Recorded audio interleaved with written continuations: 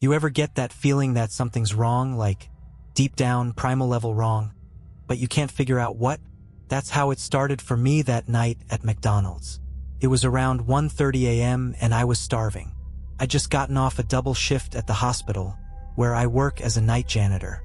You'd think scrubbing trauma rooms would have killed my appetite, but nope. I was craving something greasy.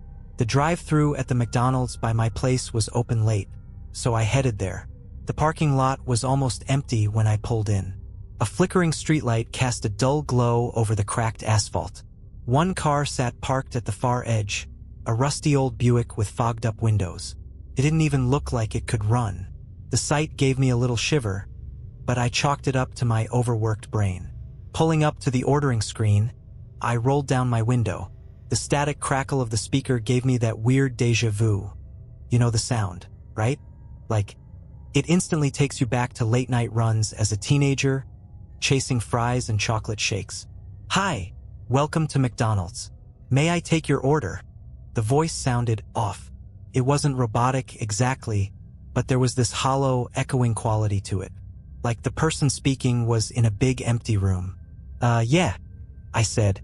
"Can I get a number 3 with a Coke? No pickles." There was a long pause, like longer than it should have been. "Sure. Please pull up to the first window." "No thank you." No total, nothing. Just static and then silence. Now, I probably should have bailed then and there, but hunger won. I pulled around to the first window, and that's when I noticed something strange. The little glass window was closed, but there was a sticky note stuck to it. In shaky, uneven handwriting, it read, "Do not stop here. Keep driving." I froze, staring at the note. My brain started running wild with possibilities. A prank? Some kind of warning? But before I could decide what to do, the window slid open. A young guy, probably mid-20s, leaned out. His McDonald's hat was slightly crooked, and his eyes were bloodshot. "Hey," he said quickly, glancing over his shoulder like someone might hear him. "Did you see the note?" "Yeah," I said. "What's it about?" His hand trembled as he pointed toward the second window, where you pick up the food. "Don't go there. Just leave. Trust me." "Why?" I asked. My voice cracked a little, and I hated how scared I sounded. The guy leaned closer, so close I could smell the grease and sweat on his uniform. "Something's wrong tonight. People aren't coming back out." I blinked at him, trying to process what he'd just said. "What do you mean, they're not coming back out? Like, they're stuck in the line?" He shook his head so violently I thought his cap might fly off. "No. I mean, they go to the second window and they don't come back out. Their cars just disappear. I've seen it happen 3 times tonight." I glanced over at the second window. It looked normal enough, bathed in the harsh glow of fluorescent light. But now that I was paying attention, there was no movement, no sound, no other cars in the line. The whole place felt dead, like it was sealed off from the rest of the world. The guy was still staring at me, his bloodshot eyes darting around like he was expecting someone, or something, to pop out of the shadows. "Listen," he whispered. "Just reverse out of here. I'll cancel the order." I looked at the rearview mirror. Of course, someone had pulled in behind me. A dark SUV, its headlights cutting through the night like twin beams of judgment. There was no way I could back out now without looking like a maniac. "I can't," I muttered. "There's a car behind me." The guy's face went pale. Then he stopped mid-sentence, his gaze snapping to something over my shoulder. His lips trembled. "Oh no, they're watching." "Who's watching?" I turned to look, but all I could see was the SUV behind me. Its headlights glared into my mirrors, making it hard to see inside. The driver hadn't even turned off their high beams. What an ass, I thought. When I turned back to the guy at the window, he was gone.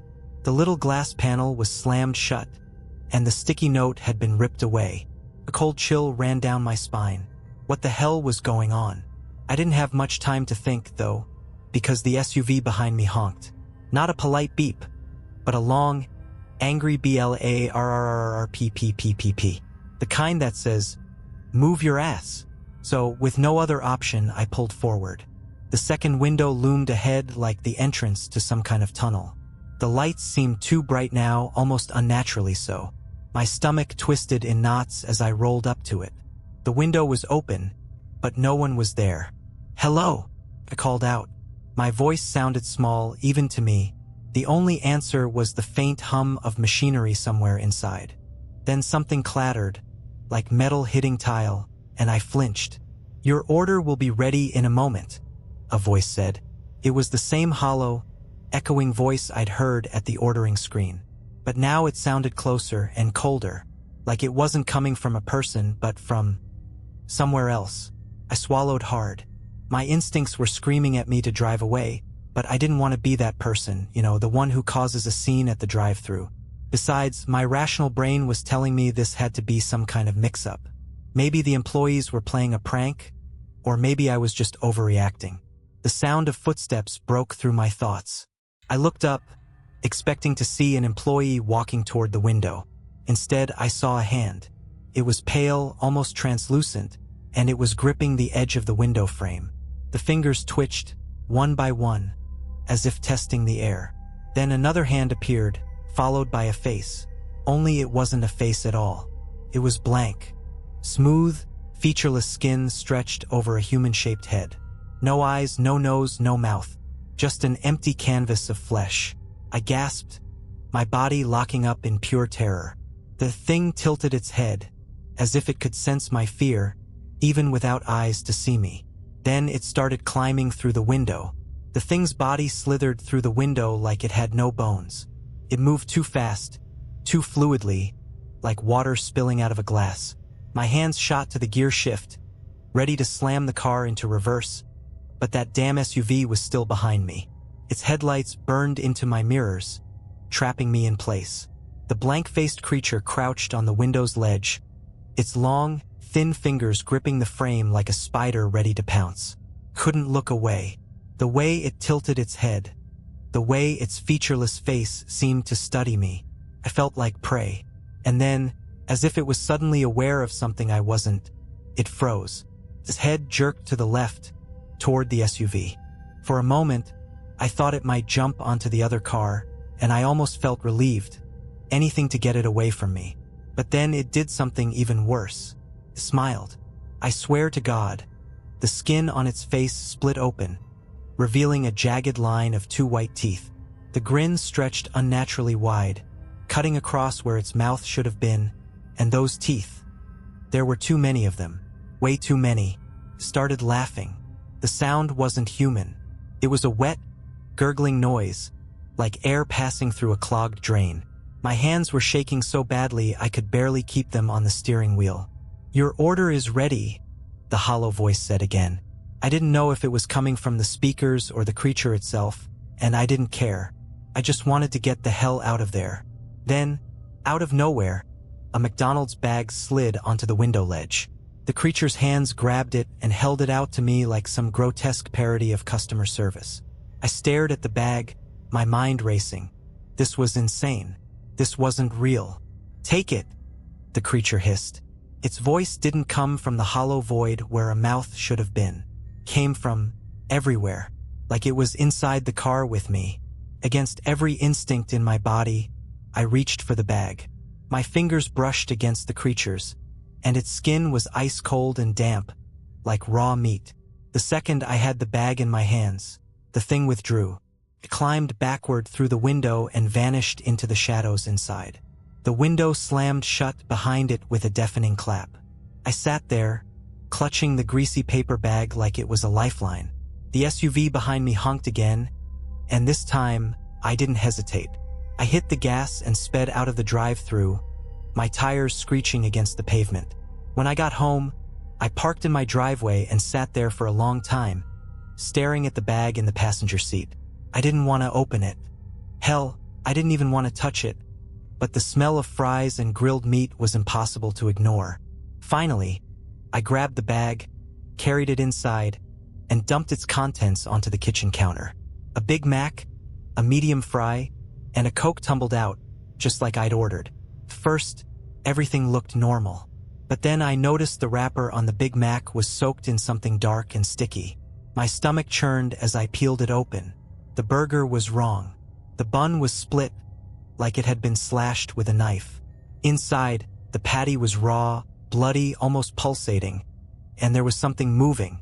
Little white maggots squirmed through the lettuce and cheese, writhing like they'd just been born. I gagged and stumbled back, nearly knocking over the Coke. My hands were trembling as I grabbed the drink, desperate to wash the taste of bile out of my throat. But when I pulled the lid off, the smell hit me.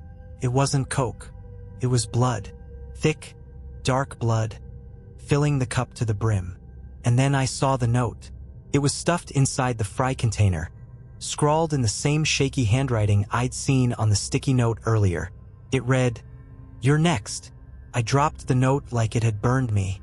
My heart was hammering so hard I thought it might crack my ribs. My first instinct was to throw everything in the trash bag, burger, blood-filled Coke, all of it.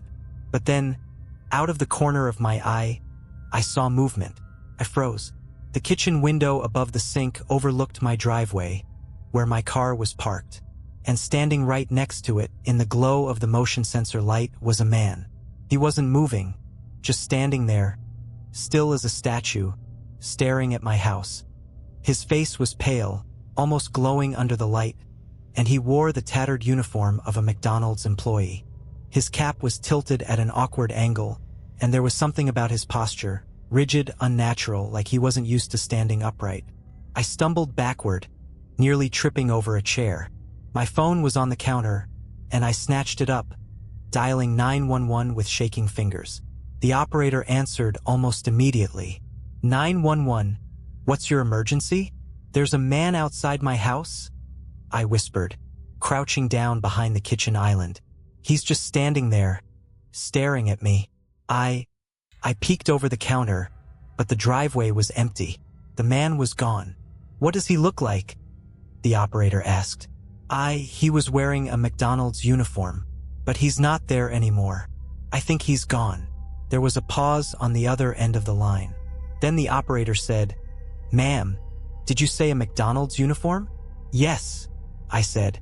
"Why?" Another pause. Then, in a quieter voice, "I need you to stay inside and lock all your doors. Officers are on their way." What's going on?" I demanded, but the line went dead. Panic surged through me. Why would she hang up? I double-checked the front and back doors, locking the deadbolts and even jamming a chair under the knobs for good measure. Then I grabbed a kitchen knife and retreated to the living room, where I could see both the front yard and the back patio through the windows. I sat there, knife clutched in one hand, phone in the other, waiting. Minutes crawled by. My breathing was loud in the silence of the house, and every little creak of the walls made me jump. And then I saw it. The motion sensor light in the backyard flickered on. I stood up so fast I nearly dropped the knife. Through the sliding glass door, I saw the same man, no thing from the driveway. He was standing just outside the patio, his head cocked to one side, watching me. Only now I could see him more clearly. His eyes weren't normal. They were wrong. Too wide, too shiny, like black marbles jammed into his skull.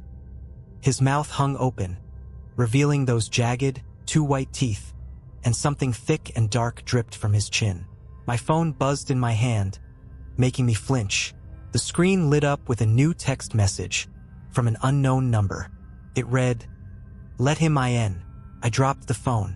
My chest felt like it was caving in. I glanced back at the patio, and the man, or whatever he was still there, his head tilting back and forth like he was studying me.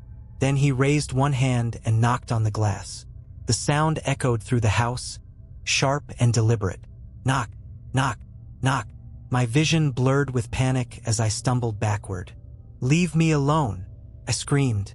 My voice cracked, and I hated how small it sounded. The man didn't respond. He just kept knocking. And then, as I watched in horror, his fingers stretched.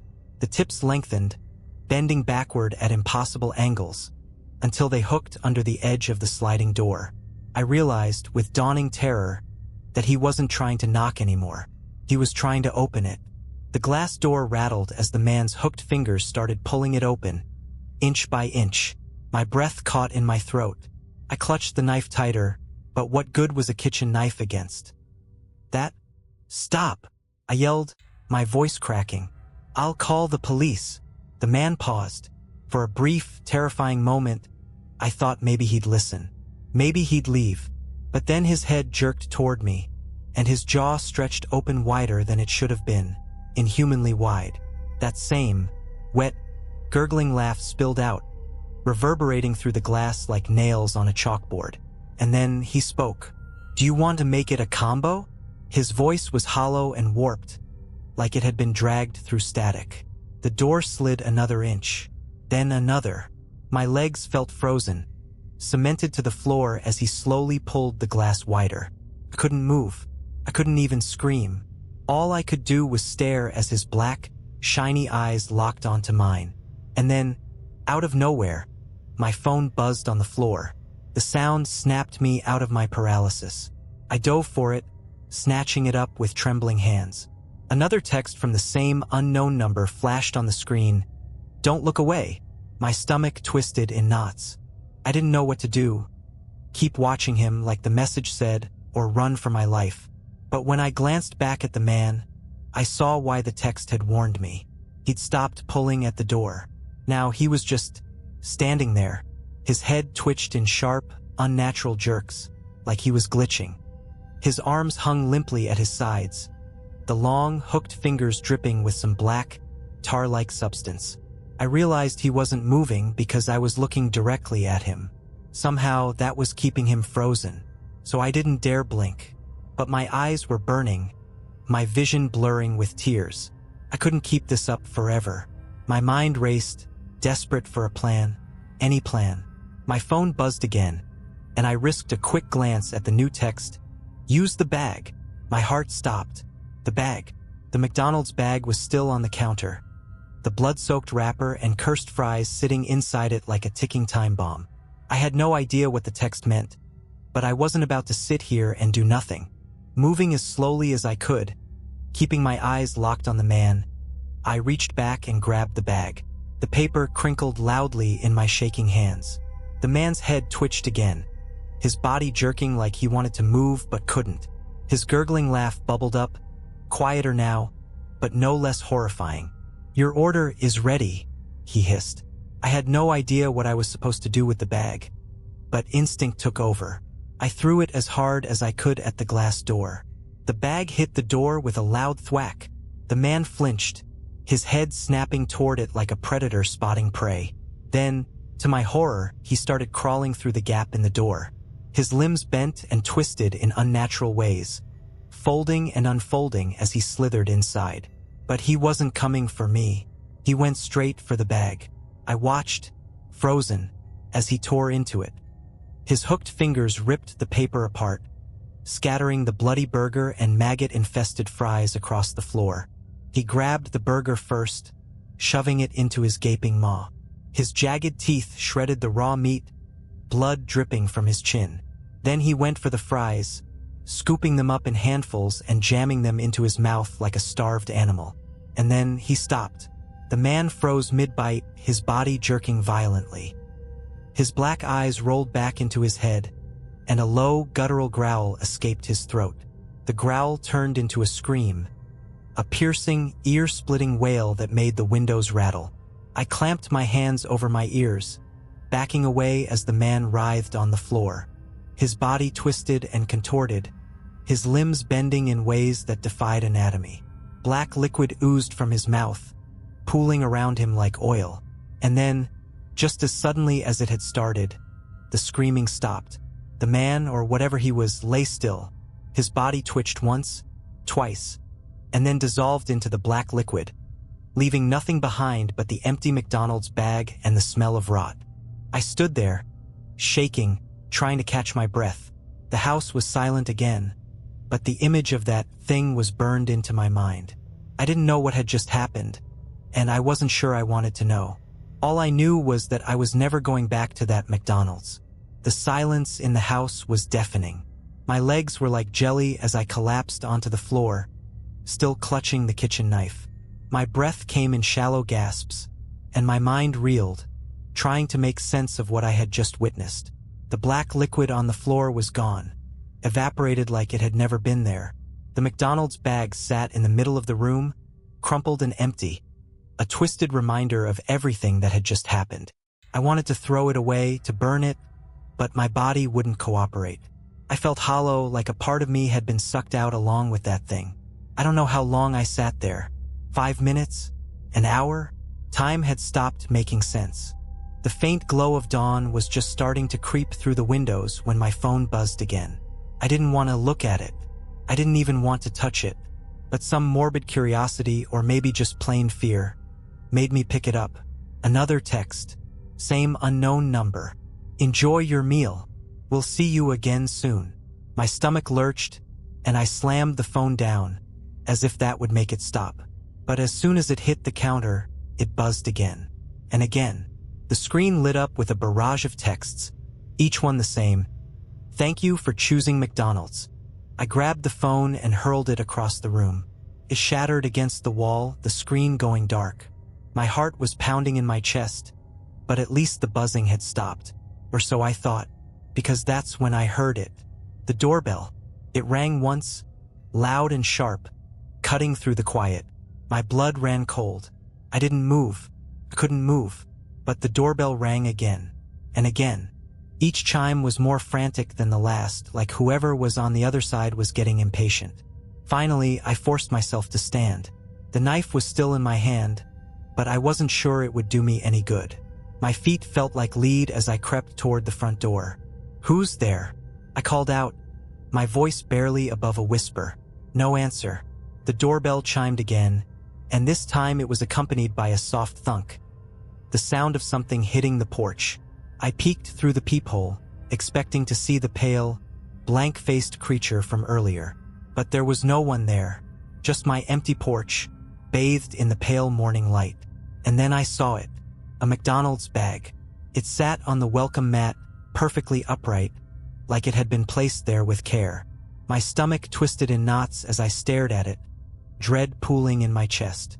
I didn't want to open the door. I didn't want to touch the bag, but I couldn't just leave it there. With shaking hands, I unlocked the door and eased it open.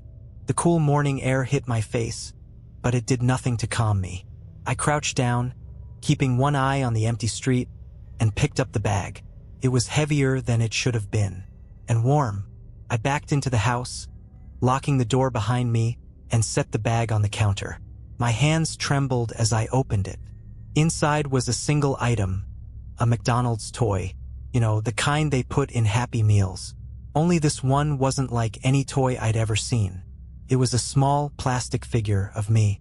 It was eerily detailed, down to the clothes I was wearing last night. The tiny figure even held a miniature version of the McDonald's bag, the same one I was holding now. And then, as I stared in horror, the toy's head slowly turned to face me. I don't remember what happened after that. I woke up hours later on the kitchen floor, the toy and the bag both gone. At first, I thought maybe I'd hallucinated the whole thing. But when I checked my phone, which was somehow back on the counter, perfectly intact, there was a new text waiting for me. Thank you for your order. We hope to serve you again soon. For weeks after that night, I couldn't sleep. Every shadow in my house felt like it was moving. Every distant sound, whether it was the creak of the floorboards or the wind outside, felt like a warning. I didn't tell anyone what happened. What could I even say? Hey, I think a McDonald's Happy Meal tried to kill me? Yeah, that would go over great. But the worst part wasn't the fear or the nightmares. It was the paranoia. I couldn't shake the feeling that I was being watched. The same car would park across the street every few days, its windows tinted too dark to see inside. Random calls from unknown numbers would buzz my phone, but when I answered, there was only static on the other end. My life became a constant state of, what's next? I tried moving, thinking maybe a fresh start would help. I packed up my things, quit my job, and rented a little place in another state. For a while, things seemed better. I wasn't jumping at every noise, and the nightmares faded. Until last night, started just like before. My fridge was empty, and I hadn't had time to go grocery shopping. I told myself I was overreacting and that what happened at McDonald's was just some bizarre, one-off freak event. So, after much internal debating, I caved and ordered food delivery. Not from McDonald's, hell no. I ordered from a local burger place I'd never tried before. Felt safer, more low-key. I even made sure to pay cash, just to avoid leaving a digital trail. 30 minutes later, there was a knock at the door. I checked through the peephole just to be sure. A guy in a green uniform stood there, holding a brown paper bag with the restaurant's logo on it. Normal. Safe. I opened the door, gave him the cash, and grabbed the bag. "Enjoy your meal," he said. But as I turned to close the door, he added, "We missed you." I froze. My head snapped back toward him, but the man was already walking away, whistling a familiar jingle, McDonald's. That stupid, cheerful tune from their commercials. He climbed into a plain white car and drove off. My stomach churned. Maybe I'd misheard him. Maybe I was just being paranoid. I carried the bag to the kitchen, my heart pounding in my chest. When I opened it, I immediately wished I hadn't. Inside wasn't the burger and fries I'd ordered. It was a McDonald's bag. A fresh one, perfectly folded. And sitting on top of it was another toy. This one wasn't a miniature of me. It was someone else.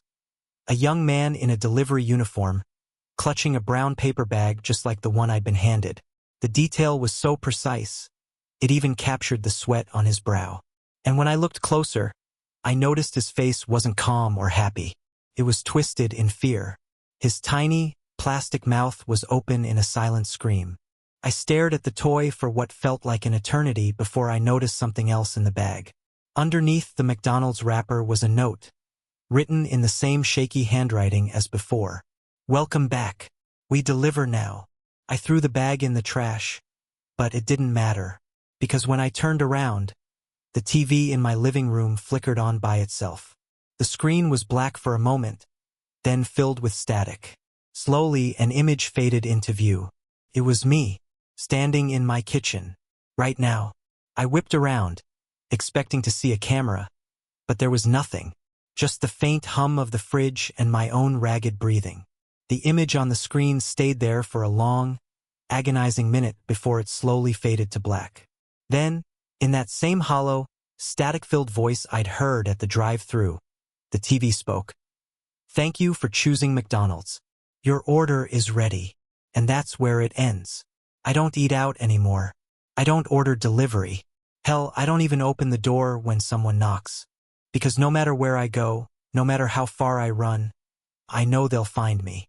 They always find me,